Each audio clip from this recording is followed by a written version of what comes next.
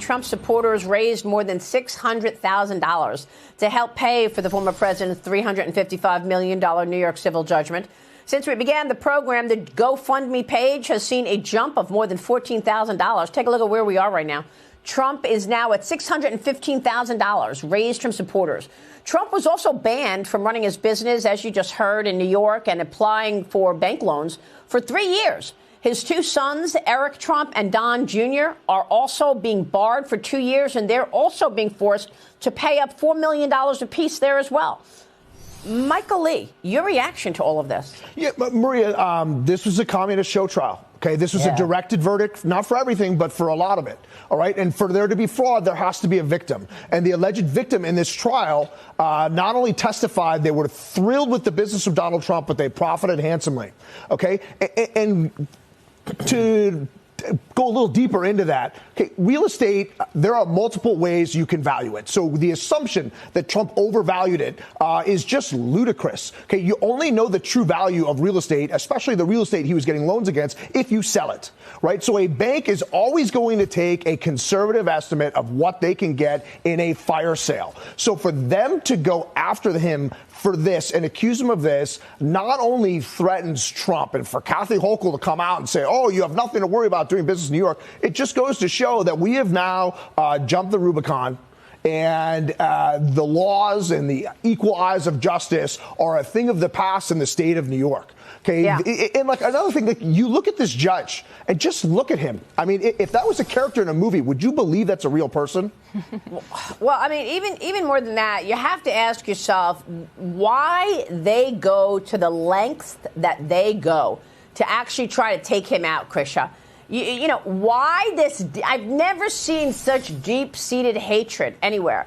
Why do they go to such lengths to contort the law to try to get him and take him down? I think I know the answer. The answer is because he will expose their corruption. And he's not afraid to spew it out and talk about it, wrap his mouth off on it. He's not afraid to do that. He exposes their corruption and their ineptitude.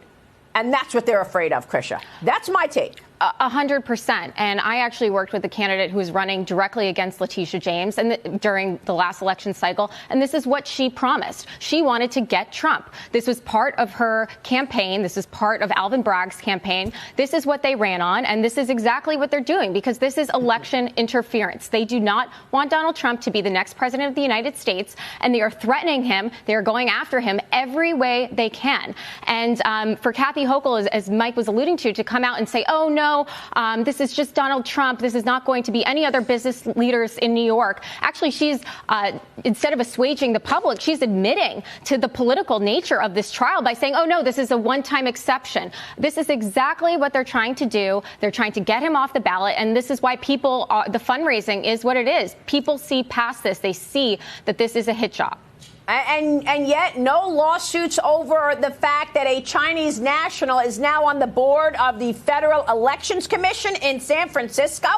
How come I'm not seeing more about this? And why isn't anybody pushing back on such a notion? She's not even a legal citizen. She can't vote. And yet she's on the Federal Elections Commission in San Francisco.